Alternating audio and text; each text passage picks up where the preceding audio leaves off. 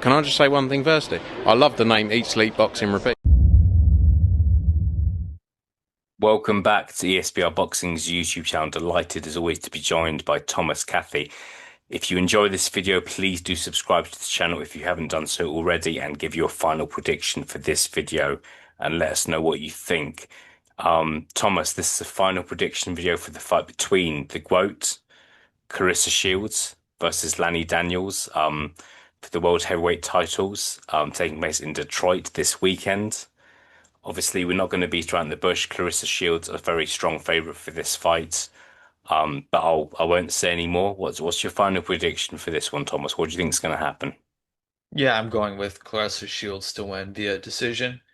As we know, the three knockouts out of 16 fights, not really not really a puncher, obviously, Claressa Shields. So I think that excuse me, Lonnie Daniels is probably going to make it the full 10 rounds.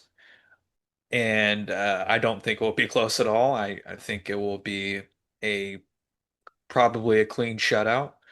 And yeah, expect I don't expect any surprises at all. I expect Claressa to win pretty handily. Yeah, and it's one of those where like it's more of a case of how is Claressa Shields going to win rather than whether she's going to win or not. If we're being honest, Claressa Shields are a 1 to 50 favorite in this fight according to the bookies odds, so an extremely strong favorite. And it's just, I want to ask you, Thomas, because you're based in the US, I'm not, but I want to ask you how how relevant is Claressa Shields? Because she's clearly very talented. She's achieved a lot as an amateur, as a pro, but it doesn't feel like she is in big fights. What's the feeling like where you are in regards to when she fights? Do you have people tuning in? Do you have people not knowing that she's fighting at all? What's the general feeling?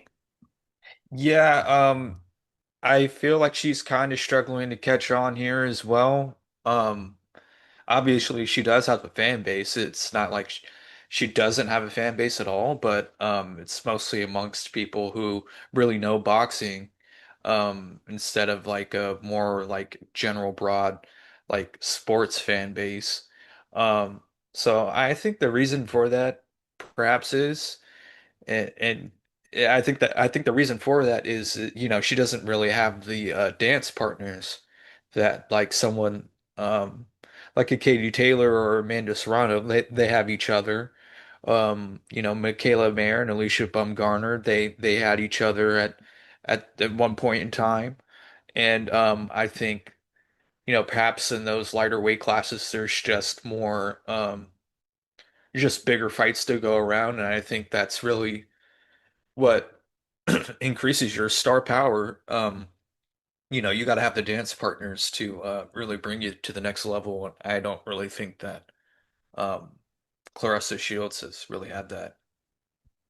No, it's an issue, isn't it? And it's an interesting one because she's continued to move up in weight where there are no big fights for her, rather than perhaps look down at weight. Maybe kind of being at middleweight and trying to convince some fighters to move up, I think is a possibility for her. So it's really interesting because look, I'm not denying that she's a fantastic talent. You want to see her in fights that test her, and I don't think you can say currently that she's in fights where people are showing an interest into whether she may lose or not. And that's not necessarily because Claressa Shields is really good. It's just because her opponents aren't of a certain level. That's my opinion. It's not a sense of where it's not the same thing as when Claressa Shields fought Savannah Marshall, and Savannah Marshall was like a world level fighter, but Claressa Shields was a level above. I don't believe the fighters she's fighting recently are of that level. Would you share that sentiment, Thomas, or would you disagree? No, I think you're right. I think one thing to note is Lonnie Daniels is I believe she is a title holder at light heavyweight, and she did hold a belt at heavyweight before that, uh, like right before that, if I'm correct. So, um, but that doesn't mean just because you're a title holder in boxing, that certainly doesn't mean that you're necessarily elite. And yeah, I think that's the case here. Obviously, Savannah Marshall was a much more was on a much higher level. Yeah, So yeah, I think that's definitely the case. yeah, for sure. Look, we'll see what happens. We'll see what happens taking place in Detroit this Saturday, and we'll see what happens. We're obviously fully expecting Claressa Shields to go 17-0. Before I let you go, Thomas, I think Claressa Shields recently has been speaking about fighting Laila Ali. Obviously, former world champion, hasn't boxed in a very long time. It's been kind of met with mixed reviews in terms of whether whether she should be calling out someone who's been retired for such a long time, why she's doing it. But give us your kind of thoughts on that whole situation, please. Yeah, if you ask me, it's just not really a good look if you're Claressa Shields calling out someone who's been retired for 18, almost 20 years now.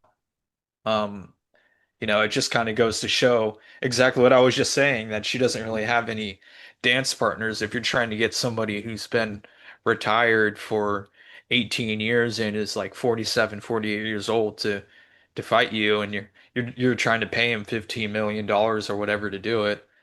Um, yeah, it's not, I don't think it's a really good look. And I I don't see what the interest would be behind this fight, to be honest. I don't think Layla has had like, I don't know if she's had like any exhibitions or anything like that in recent years or anything, or I'm perhaps she's still training, but like I don't know why people would want to see that, to be honest. Yeah, for sure. Laila Ali, 47 years old now.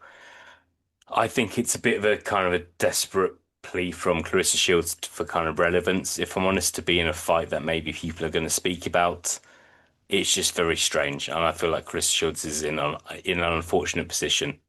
So we'll see. It's an interesting one to see what the next couple of years. She's gone and kind of gone to MMA, tried a different sport, and kind of come back, not being kind of more important, more famous than she was.